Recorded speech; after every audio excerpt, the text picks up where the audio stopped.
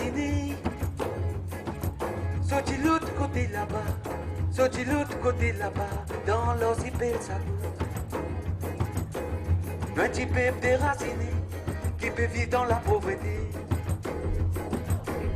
Nous partions dans l'identité. Un petit peu déraciné qui peut vivre dans la pauvreté. There are times when one tragedy, one crime, tells us how a whole system works behind its democratic facade and helps us understand how much of the world is run for the benefit of the powerful and how governments often justify their actions with lies. The film you're about to see is a shocking, almost incredible story. A government calling itself civilized, tricked and expelled its most vulnerable citizens so that it could give their homeland to a foreign power for a military base. This was all done in high secrecy, and this same government and its successors then watched its citizens starve to death. It watched them despair and take their own lives, while at the same time ministers and their officials mounted a campaign of deception that went all the way up to the Prime Minister. That government was a British government whose policies are continued today. This report is about a faraway people most of you will have never heard of, and yet the lies covering the injustice done to them will be all too familiar.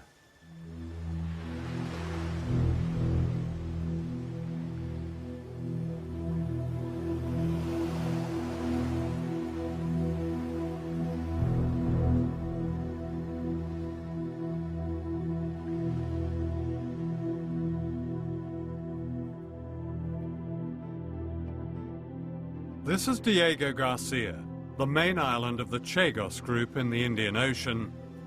It was once a phenomenon of natural beauty and peace, a paradise. Today it is one of America's biggest military bases in the world. There are more than 2,000 troops, 2 bomber runways, 30 warships, and a satellite spy station. B-1 and B-52 long-range bombers extended their reach from the British base at Diego Garcia in the Indian Ocean. From here, the United States has attacked Afghanistan and Iraq. The Pentagon calls it an indispensable platform for policing the world. Missile launch right, 3 o'clock.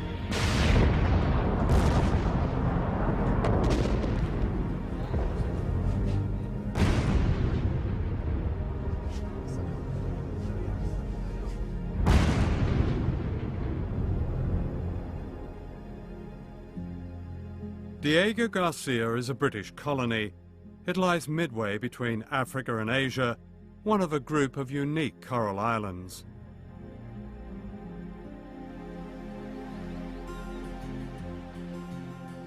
This is rare film taken by missionaries before the Americans came in the 1960s. 2,000 people lived in the Chagos Islands, a gentle Creole population originally from Africa and India, whose communities dated back to the late 18th century. They were thriving villages, a school, a hospital, a jail, a church, a railway, and above all, a benign, undisturbed way of life. Si mon grand-mère Bisaïl, roi naissance le Diego Gracia, mon grand-mère n'est là-bas, mon maman n'est là-bas, moi mon est là-bas, si moi mon fait 6 enfants Diego, et nan di moun qui plus grand que mon grand-mère Bisaïl, qui gagne des enfants là-bas. Le Diego qui plus bon souvenir, nous tu manger, nous tu boire, jamais nous pas tu manque non rien. Et jamais nous pas acheter non rien ici, à part de linge pour nous mettre l'eau nous. Tiens, poule, canard, porc, moi na mon baniché, quand la mer sec, moi aller me prendre autres m'amène dans la mer avec moi, je t'attrape poisson, je t'amène autres, mettre devant moi. Unknown to the islanders, all this was about to end. a conspiracy was underway between the governments of Britain and the United States. The year is 1961. In this film, never seen before, the man on the right is Rear Admiral Grantham of the US Navy. His visit to Diego Garcia marked the beginning of a top-secret Anglo-American survey of the island for a military base so vast that it would cost over $1 billion. The Chagos Islands were then governed from Mauritius, 1,000 miles away. When Mauritius got its independence from Britain in 1968, it was on condition that it would lay no claim to the Chagos Islands. Hidden from Parliament and the US Congress, the deal was this. The Americans wanted the island, in their words, swept and sanitized. An entire population was declared expendable. All of them were to be deported. The British and American authorities implemented a policy decision that was aimed at depriving that community in the Chagos from basic supplies. No milk, no dairy products, no oil, no sugar, no salt, no medication, no more of the things you use in life. The effect of the policy was to terrify many of them into leaving. They were also told their islands might be bombed.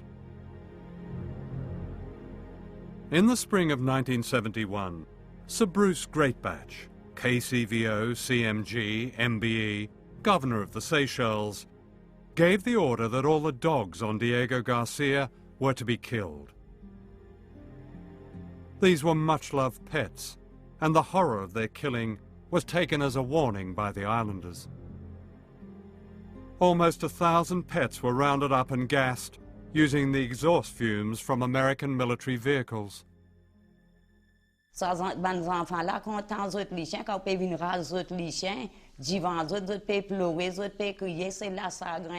the relationship with our pets should be the same, whether you are Chagosian or whether you are British. And they were absolutely destroyed by the fate reserved to their dogs, and many of them told me in no uncertain words they were told that any objection to the depopulation, they would suffer the same fate. Perhaps the lowest trick was that those islanders needing to go to Mauritius were prevented from returning home.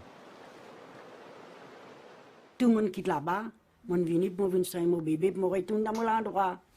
Les temps moi aller mal bureau tard, diamant bien sagrin, il tape moi les deux, diamant bien sagrin Élysée, papa là encore là-bas, il fini vendi.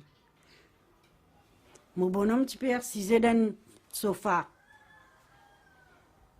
Il guette moi dans mon figure comme ça, moi tout sur des bras tombés comme ça, il gagne concession en place. Sur la main paralysée, sur la bouche, tout ça là. Lève-lui, amène-lui à l'hôpital. Il me voit ça même à sa condition là même. The remaining population were summoned to the administrator's office and told that their homeland had been sold and that those who remained would be loaded onto ships and expelled.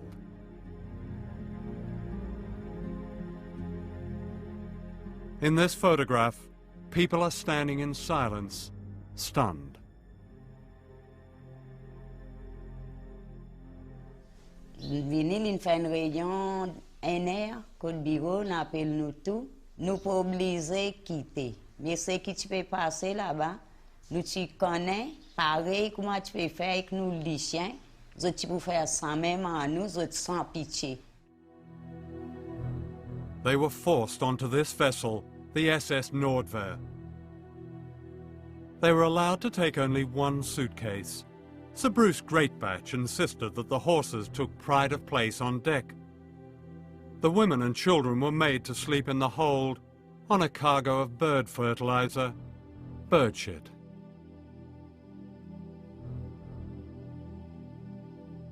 Bateau là, nous da un seul matelas. Quantité d'enfants qui ont dit, ils ont mis un seul matelas.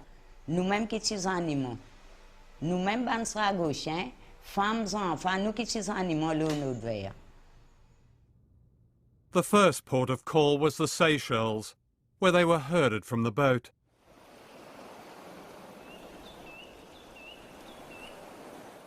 This is a rusting monument to their agony.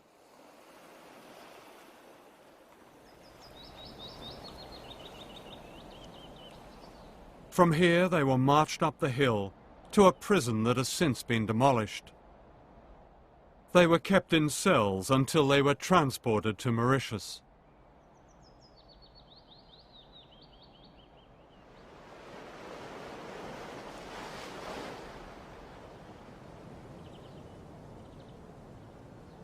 This is Port Louis, the capital of Mauritius.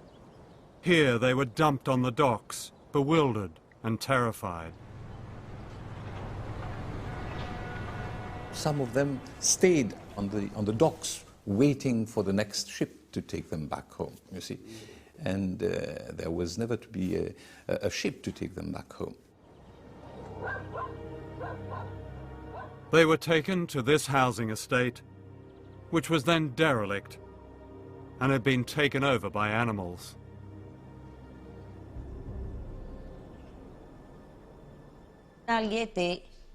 Là, nous allons là-bas, la cité bon marsan, pena de l'eau, pena la lumière, vous voyez que tout ce mal propre, pena la porte, pena la fenêtre. It was hell. I went to see them. Literally hell. What way was it hell, do you think?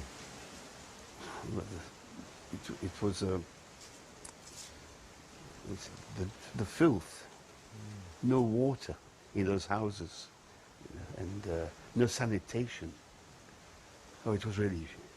The children, they had no clothes. The children were absolutely, as if they'd been rolled over in ash and earth, and then when it rained, it was water everywhere.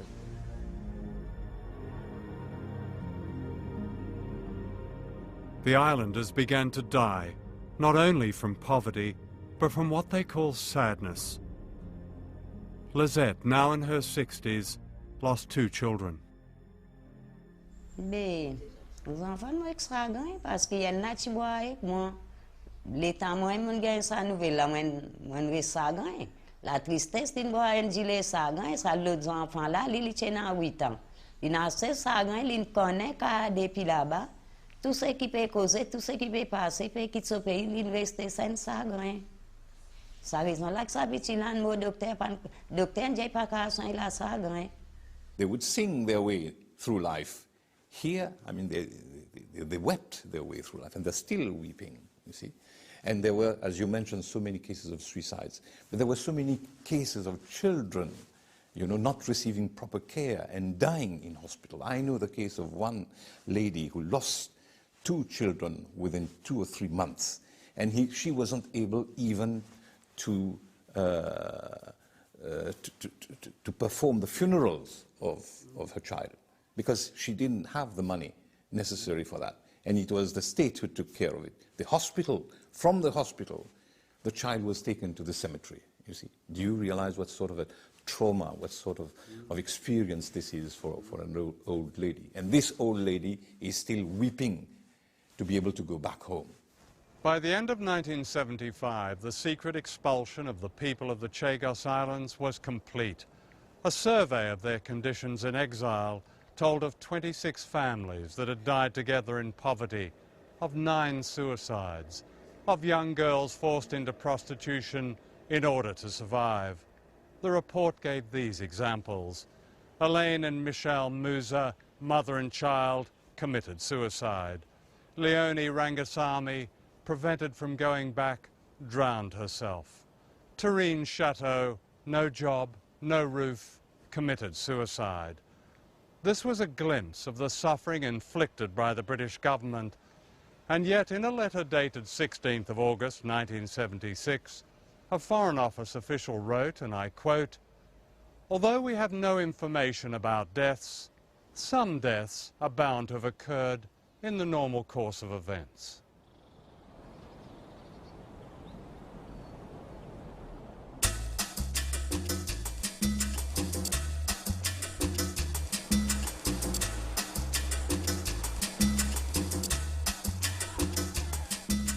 This is how most British people know Mauritius, as an exotic holiday destination, especially for honeymooners. They almost never see the slums of the exiled people of the Chagos, who are also British citizens.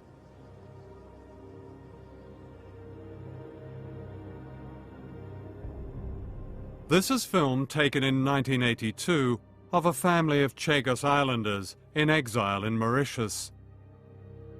Here all 25 of them sleep in shifts in one squalid room, with the baby in a cardboard box.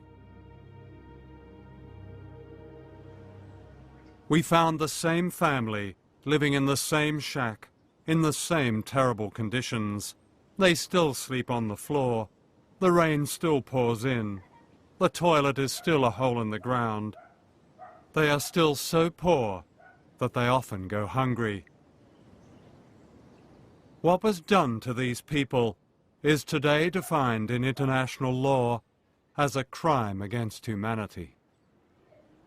What has changed since they were last filmed 22 years ago? Your wife, she died, is that right? Oui, oui. Yes, she Yeah. died. Je suis mort à malade de terre et après ça avec la chagrin aussi.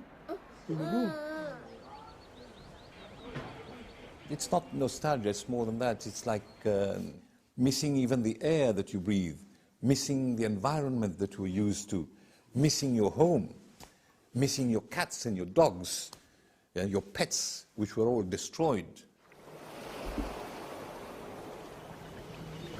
L'État nous tu vives dans Diego, l'État nous tu vives dans Diego, l'État nous vives dans Diego, nous tu kuma payan que dans les airs.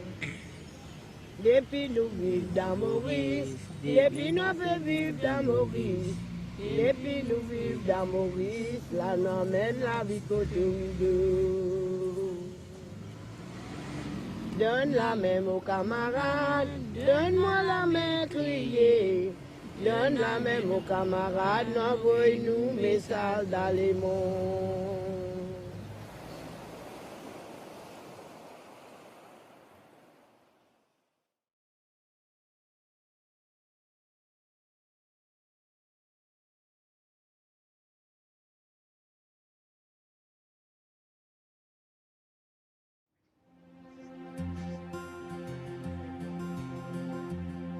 This is Olivier Bancourt, leader of the Chagos Islanders in exile. When he was a boy, he promised his mother Rita that he would lead the fight for justice for his people. Olivier knows all too well their suffering. So you've lost a sister and four brothers? 4 brothers, yeah. Tell me what happened to them. I have one brother who died with hard drugs. I have 2 other brothers who died with alcohol.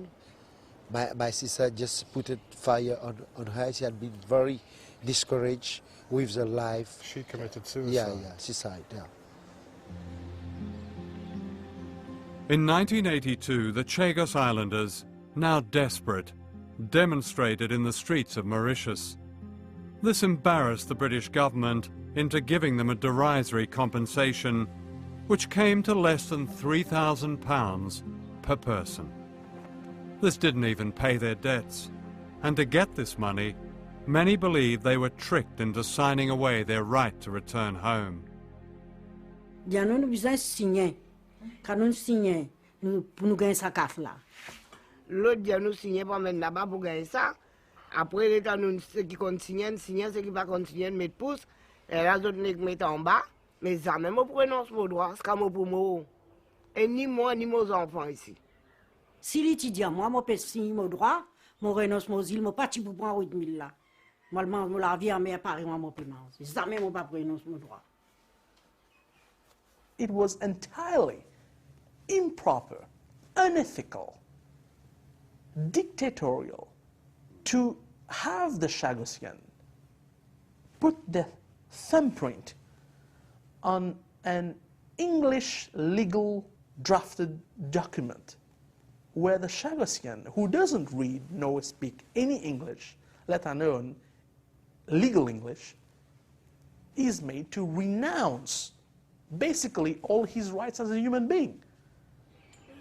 Renouncing their rights was precisely what the British government wanted them to do. They could then be forgotten. That same year, the government spent £2 billion defending the rights of the Falkland Islanders, who are white. My people, the Queen would say in a Christmas broadcast. So you send them 2,000 inhabitants of the Falklands, and you've got 2,000 people with Chagos. One out, the other one, we come to your rescue. Come on. Come on, you are all English, you're all British. Come on. What's the difference? Where's your sense of fair play, my fellas? Where's your sense of fair play? Mm-hmm. That could be a breakthrough, couldn't it? From a tiny lock-up in the poorest section of Port Louis, Mauritius, Olivia Bancourt, an electrician, has taken the struggle across the world. And here you're with Nelson Mandela. Yeah, I am with Nelson Mandela, an example of human rights fighter, you see. We compare our struggle to the struggle of Nelson Mandela, who had been... In the 1990s, the islanders' struggle took a dramatic turn with the discovery of these documents in the Public Record Office in London. Here was the evidence that they and their supporters were looking for. These long-forgotten secret official files revealed the full scale of the conspiracy and the cynicism that drove it.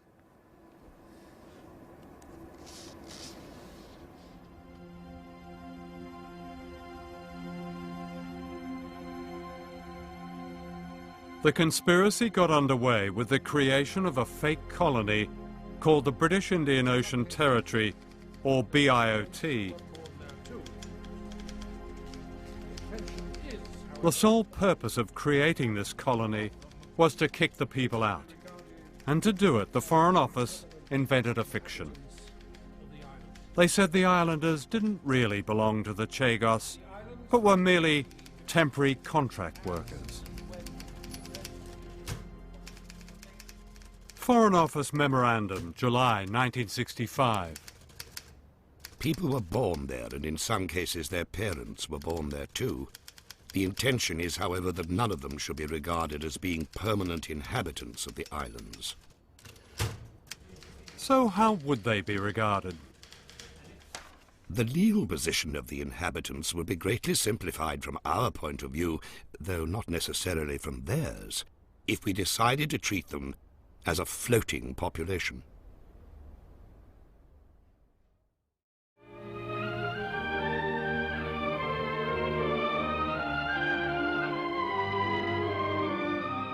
This long-forgotten British government film, shot in 1957, reveals the duplicity.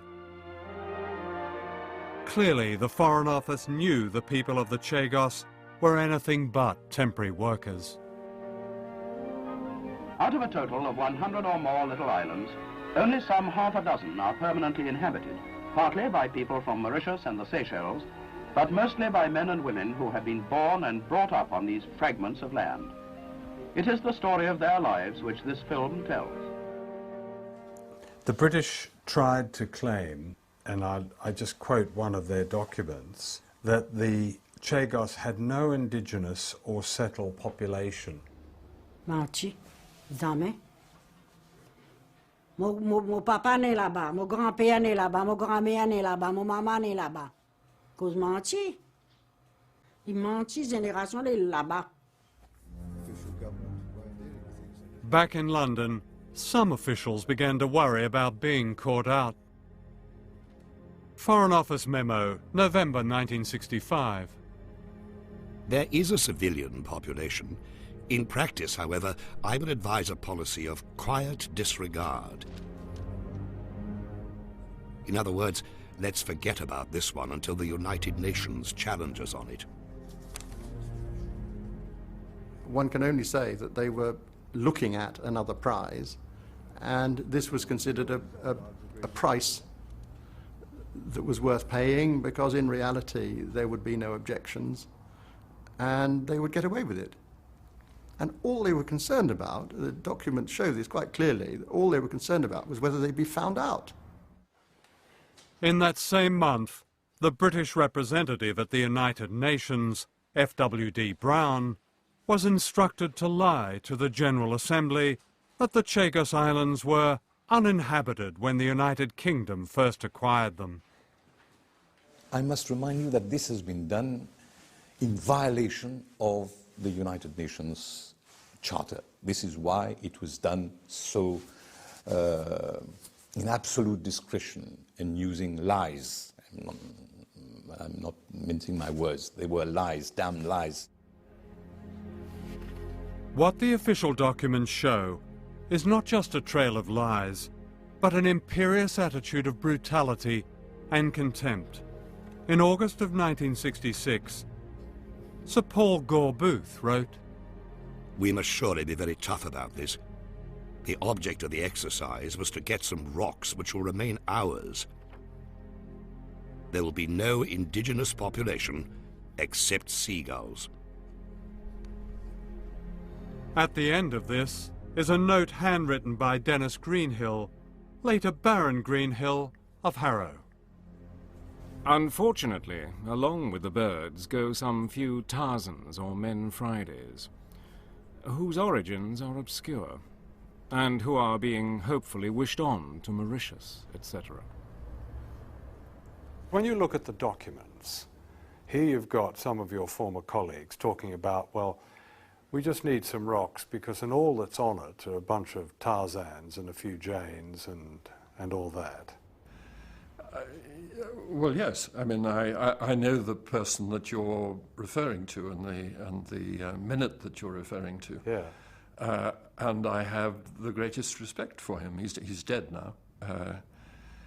And I'm sure that if he had any clue that his throwaway remarks would have become public, he would never have written that. Because I don't believe he's that sort of person, frankly.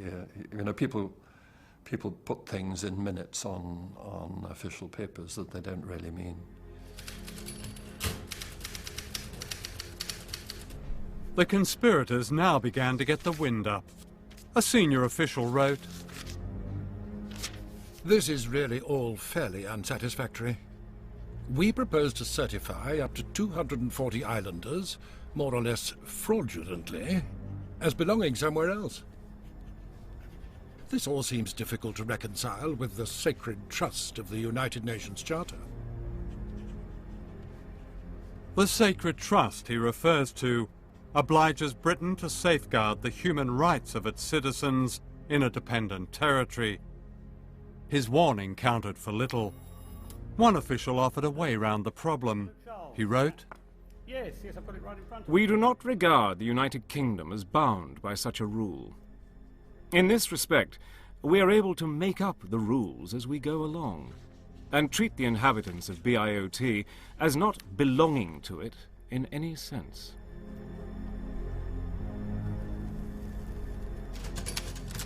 This same official summed up the whole charade in the subtitle of one of his reports, "Maintaining the Fiction."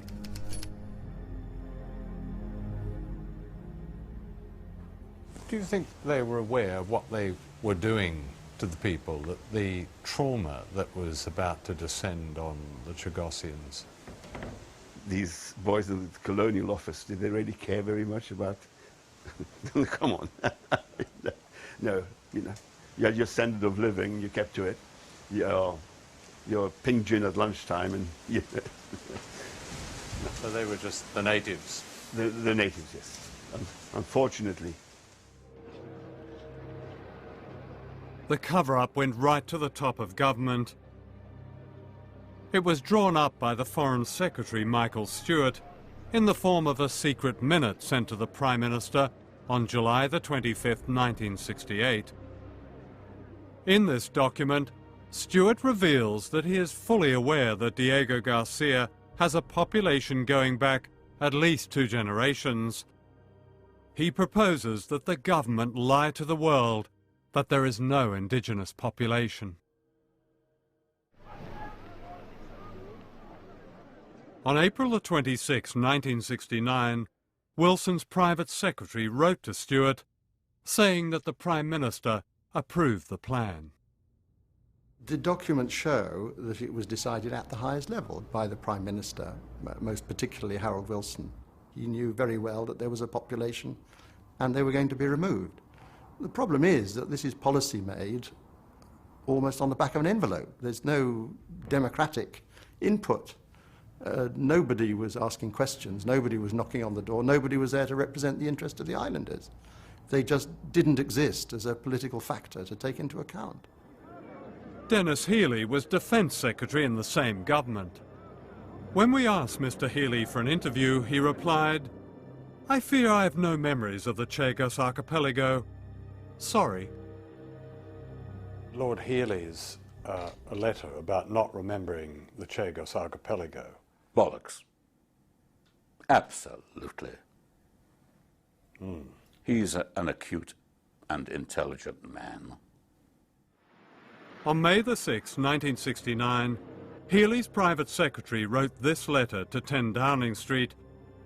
It confirmed that the Defence Secretary had read Stewart's plan and agrees with its recommendations. In Washington, a parallel conspiracy was taking place, also in high secrecy. The object was to keep the expulsion of the islanders from Congress. So payment for the lease of the islands was disguised as a $14 million discount on a Polaris nuclear missile about to be supplied to the Royal Navy. Is there ever a time when people in power consider the consequences of the imposition of that power? Because the consequences for the population of Diego Garcia were disastrous. The circumstances involved how many? 2,000 people. 2,000 people. Who'd been living there since the end of the 18th century. Well, a fair number of them, if I remember, were external laborers. Well, that's been shown to be untrue. The British government tried to represent them as that. They were an indigenous 3-4 generations. As I said, I went through this record some years ago, and at that time it was said that these were imported laborers to some degree. We found in the National Archives in Washington this letter from the American ambassador in Mauritius. February the 1st, 1972, Ambassador Brewer to Washington. It is, of course, absurd to imply that Diego Garcia had no fixed population. There is no question that the island has been inhabited since the 18th century. I don't think there's any doubt at all that the Americans who visited the islands to reconnoiter as to whether this was a suitable base area, they saw that there was a functioning civilization on the island. They could not have been unaware of the settled human communities that they found. So when Schlesinger said they didn't know, they'd looked into it, that just... No, amnesia, at best. That's all you can say to that. It was not true. They knew. There's another... And they collaborated together on how do we get rid of these people? How do we lie that they're simply contract laborers? When many of them, their fathers, their grandfathers, perhaps even further back, were in the cemetery. If you take a decision in Washington and London and it devastates the lives of several thousand people on the other side of the world, isn't that something that should be called to account, no matter how long? Amongst the various activities of the British and the American government in the 20th century, not to mention the 19th century, this was a relatively small matter. If one goes back to British behavior, for example, in World War II, the attack on Dresden, the attack on the French fleet, all under Winston Churchill, whom we so much admire, and rightly so. This is a very small matter. It is being pinpointed now for reasons that I cannot ascribe to anything other than the quest for a certain publicity. Well, I think it's from their point of view, for one thing, the Chagosian islanders are not the Nazis, and from their point of view, it's a quest for justice. And what is your motivation, if I may inquire? Purely the quest for justice, I'm sure. Yes. Yes, of yes, course. it is. Yes. Do you not think these questions are valid in asking you about consequences of the imposition of great power on peoples? I think that the questions are based upon a refusal to acknowledge the context of the times and the attitudes of the times, and that is based upon a willingness 35 or 40 years after a set of events to go back and critique them when they had become, what shall I say, far less relevant. Far less relevant? The High Court in London found it extremely relevant. In November 2000, it agreed with the people of the Chagos and handed down a shaming rebuke to the British government. The court ruled that the expulsion of the islanders was illegal. After more than 30 years, they had won and were finally going home, or so they believed.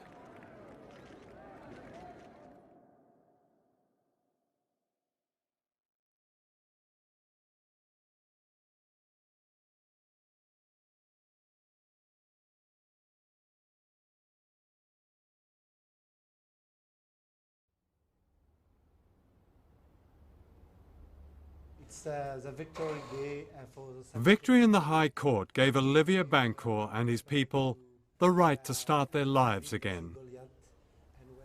It's something which I will never forget, when just coming out of the court with this to ask that it is a victory for the Chagosian people, a small people upon a big power. Premier jugement là, nous tous tenons la joie dans nous lesquels nous tous contents. Nous disons anglais puis un sentiment humain. Quand on vient à la victoire là, on sentiment à l'aise. Qui me tient pensé, je pouvais tout mon pays natal, je pouvais tout le cimetière, toute ma grande famille.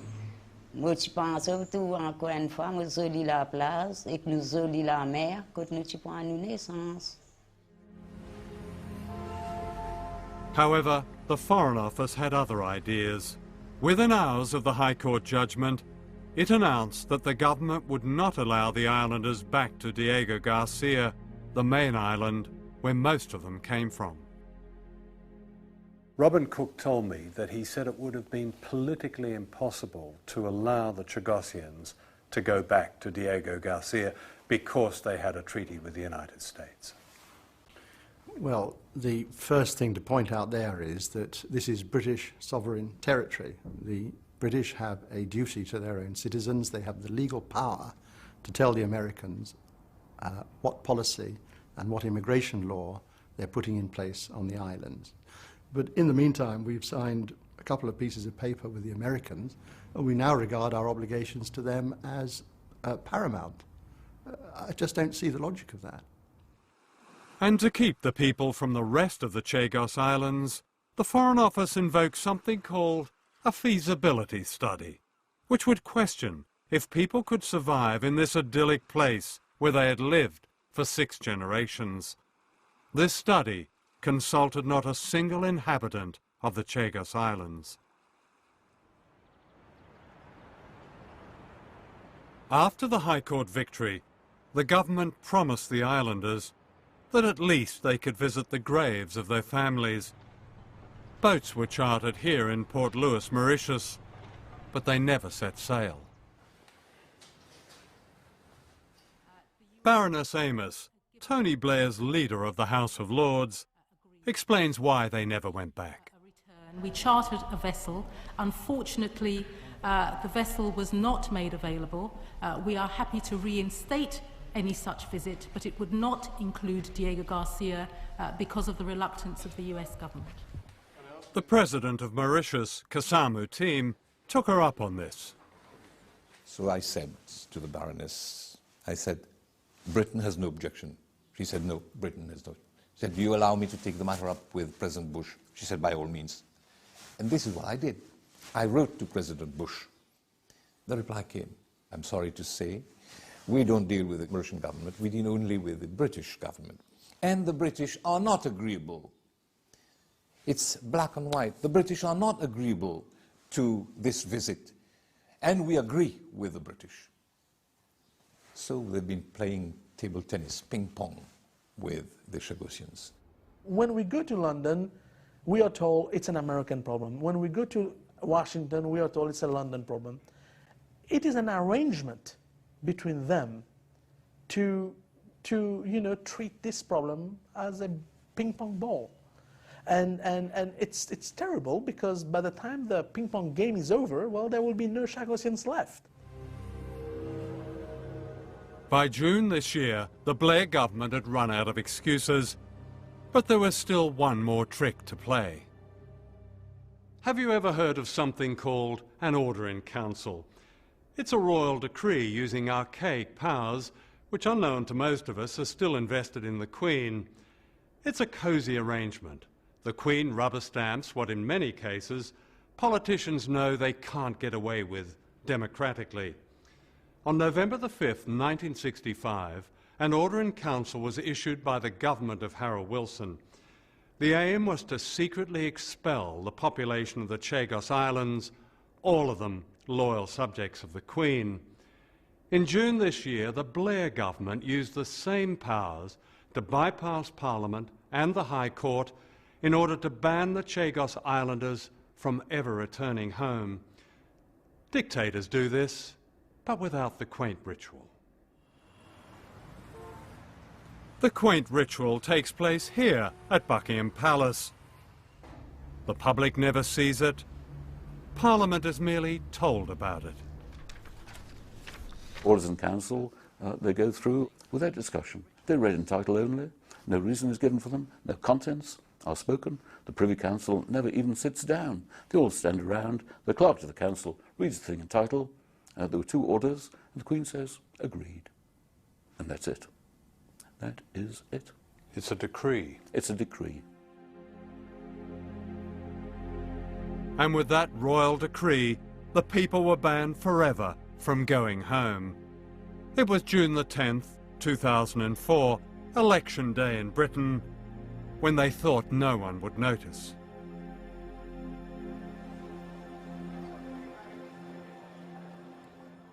The High Court has ruled that the expulsion of the Chagosians was illegal. The Commission on Human Rights at the United Nations has called on your government to return them to their homeland. Why has this government denied this basic human right of return? Firstly, the feasibility study, which was drawn up by independent experts, which told us that the only population of the islands that would be possible is short-term on a subsistence basis.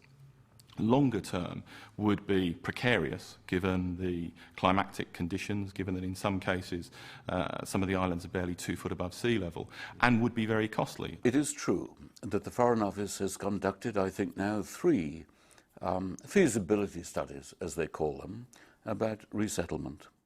Their contents have nothing whatever to do with the resettlement of the islanders, who had lived there for 200 years. Page after page after page is devoted to establishing that the beaches are made of sand.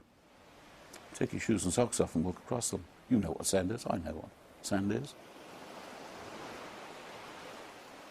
They then go on to say human interaction on global warming will make occupation of the islands precarious for a resettled population. But that's a very strange statement, because there is a settled population. There's hundreds of American military and thousands of civilian workers. They're all on Diego Garcia. They're not going to sink under the waves. Far from sinking, they're sailing on it, swimming in it, playing in it, and having a Barbie next to it. And what do they call this unlivable place? Fantasy Island. Nobody takes those conclusions seriously, and insofar as the government repeats them, I'm afraid they're just opening themselves up to ridicule. At the moment, on Diego Garcia, there are 4,000 US servicemen and contractors. There are 2 bomber runways, each 2.5 miles long. There are anchorages for 30 ships and 2 nuclear-cleared berths. There are space tracking domes and weapons ranges. It's the biggest American base outside the United States, which the US Navy describes as indispensable. The living conditions as outstanding, the recreational facilities as unbelievable, and the US wants to extend the lease past 2016. And you're asking us to believe these islands are uninhabited or they're sinking? No. Of course they're inhabitable, but at a cost. The United States does have concerns about the climatic conditions longer term in respect of Diego Garcia, and has exactly the same concerns that were formulated in our independent study. But what the independent study told me, there was no fresh drinking water. There was, real concerns in the outer islands about the sea levels and the danger of flooding, and there would be a need for substantial expenditure on actually building a livable infrastructure. One of the chief things was, what is the water supply going to be like? Oh my God, we can't guarantee it. These islands, and I published this in 1971, are respectively the 3rd, Peros Banhas, and the 5th, Salomon, wettest islands in the world.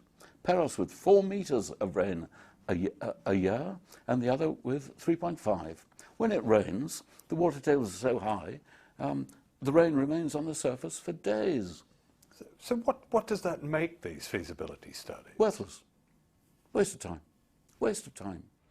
Let me ask you, does this government, do politicians in this government, because this story has shocked most people, do you not feel any shame for these actions? I've said to you at the beginning, I am not seeking to justify the decisions that were taken in the 60s and 70s. I mean shame now, because you use the same powers to ban them. No, I don't feel ashamed, because I took what I believe, and the government took, a responsible decision in the circumstances almost 40 years after the last Chagosian lived within these islands, and I was being asked, and the government and the British taxpayer was being asked, to pick up the financial tab to allow, almost on an exploratory basis, for people to go back to the islands.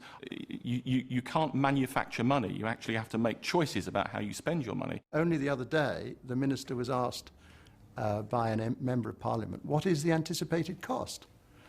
And the answer was £5 million to set up and £5 million a year to run. Well, that's peanuts. £5 million is the cost of an embassy building in London.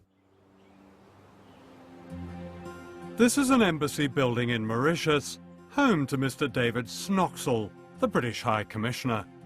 It has tennis courts, lavish gardens, security fences, a swimming pool, and a Jaguar car. All paid for by the British taxpayer.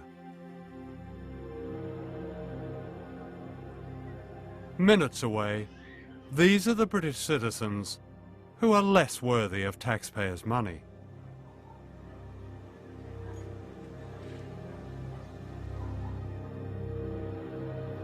The reason the government won't allow the islanders to go home is not money. It's power. American power, and its self-given role to dominate.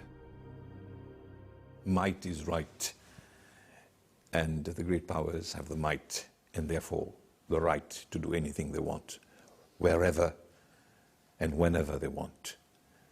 They wanted the Chagosian Islands, in particular Diego Garcia, for a base. They take it they grab it. It's their right. However, the islanders are not giving up their right of return. Today they're getting ready to demonstrate outside the British High Commission in Port Louis. So these are all going on the demonstration to the High Commission? Yeah, of course. This is a particularly relevant one, isn't it? Yeah, yeah. When you, I mean, that's quite a serious indictment. Yeah, of course. But you're referring to the High Court found in your favour that you could all go home and the British government has prevented you from going home. This is why it's true. It's something that everyone must know about it. The British government seems to be using all of its powers to even capture the law and using it for its own political ends. You know, by overturning the High Court ruling and saying that, you know, this is no longer on, that by referring to the Crown prerogative and going back to these medieval laws and overturning, you know, the legal decision to allow these people back to the outlying islands, that to me is a capture of the legal powers of the state that really only happens in totalitarian regimes. The struggle and the dignity of the Chagos Islanders were displayed here by elderly ladies having to stand on the street and shout for their basic human rights.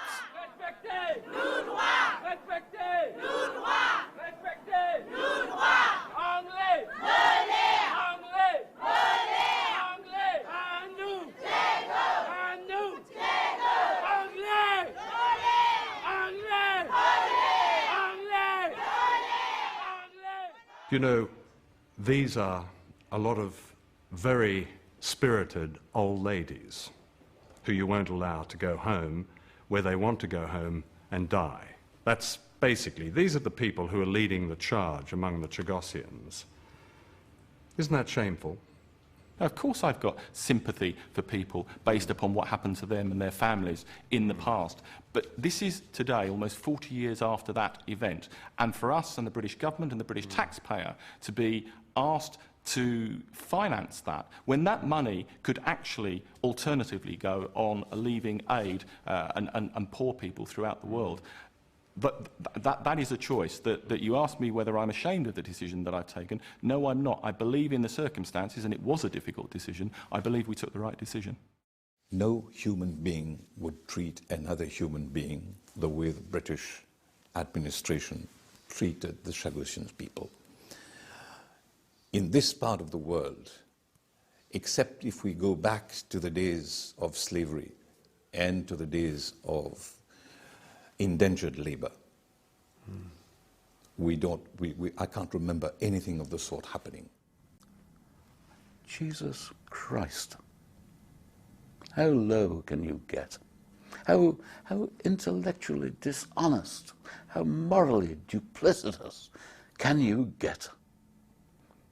I've spent my life, 40 years now, with this, and every single thing sickens me, and it goes on, it goes on, it goes on. Conservative, Labour. Year after year, Olivier and Rita, Lizette and Charlesia come to this monument in Port Louis Harbour. It commemorates those Chagos Islanders who died in exile from sadness.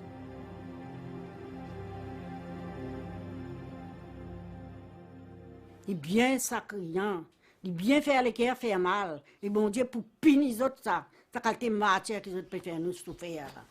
Nous bien si bien madame, bien si bien, scalaire non aussi bien. Dites-moi là qui m'en arrivé, on fait que diaout aller là, 79. Et tous les temps qui m'ont là, moi la vie quand mon masque pas de mon politique, mon pas pris de lui.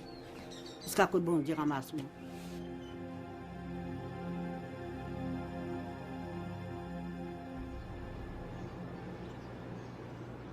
The film you've just seen is not only the story of a single injustice, it's a rare glimpse of great power at its most ruthless.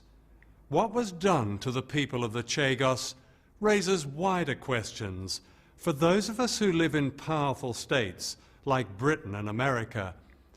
Why do we continue to allow our governments to treat people in small countries as either useful or expendable, why do we accept specious reasons for the unacceptable?